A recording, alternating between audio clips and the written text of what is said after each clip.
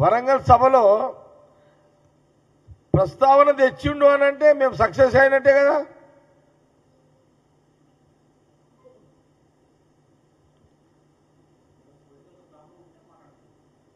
Success అయినట్టే కదా.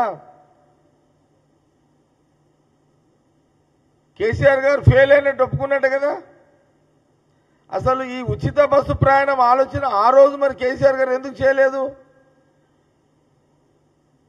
Congress party ఆలోచన చేసింది ఆ రోజు, రాహుల్ గాంధీ గారు, సోనియా గాంధీ గారి డైరెక్షన్లో.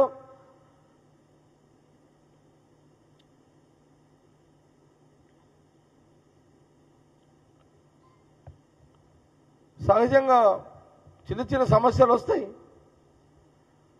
ఇక మనిషి అన్నాక మనిషికి జ్వరాలు రావా?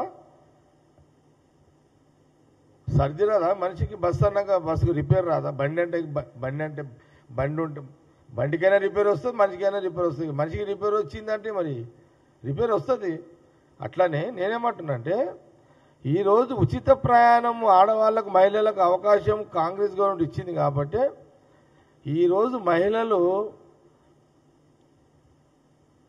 ఉచితంగా కాంగ్రెస్ గవర్నమెంట్ మహిళలకు ఆర్టీసీ బస్సు ప్రయాణం ఇచ్చింది కాబట్టి, ఈరోజు కూతురు తల్లిగారింటికి పోతుంది,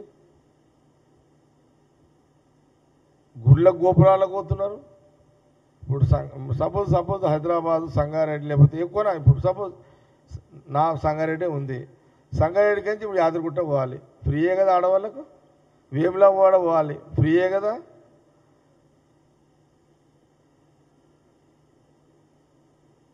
లేదా మల్లన్న జాతరకు పోవాలి, ఫ్రీయే కదా. వరంగల్ కాళికామాత గుడికి పోవాలి, ఫ్రీయే కదా.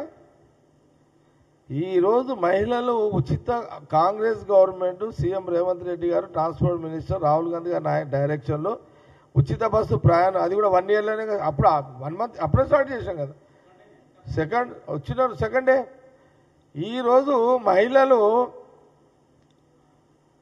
అసలు ఒక సందర్భంలో, ఇప్పుడు మా దగ్గర సంగారెడ్డికి మార్కెట్, ఇప్పుడు ఏమంటారు హైదరాబాద్లో లేదు, కూరగాయల మార్కెట్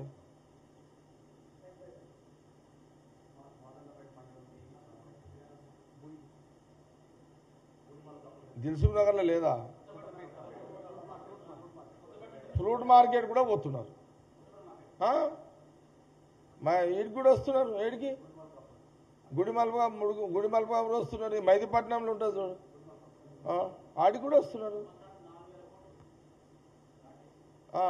అందుకే సంవత్సరానికి 4,000 కోట్లు మహిళల కోసం కేటాయించిన చరిత్ర కాంగ్రెస్ గవర్నమెంట్ ఇది. సీఎం రేవంత్ రెడ్డి గారు, పొన్నం ప్రభాకర్ గారు, రాహుల్ గాంధీ గారి యొక్క నాయకత్వంలో.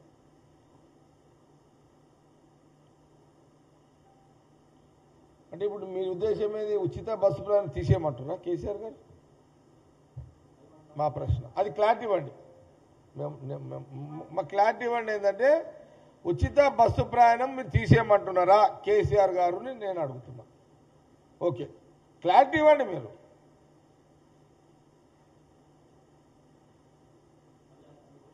క్వశ్చన్ కాదు, మీరు క్లారిటీ ఇవ్వండి. ఉచిత బస్సు ప్రయాణం ఉంచమంటున్నారా, ఎత్తేయమంటున్నారా? మీ డిమాండ్ అది. మీ యొక్క ఒపీనియన్ మాకు మీడియా ద్వారా షేర్ చేయండి. నాకు అనిపిస్తుంది ఉచిత బస్సు ప్రయాణం ఎత్తివేయాలా అని కేసీఆర్ మాట్లాడినట్టుగా అనిపిస్తుంది. ఇక మహిళలు ఆలోచన చేసుకోండి, ఇక ఆడవాళ్ళు ఆలోచన చేయండి.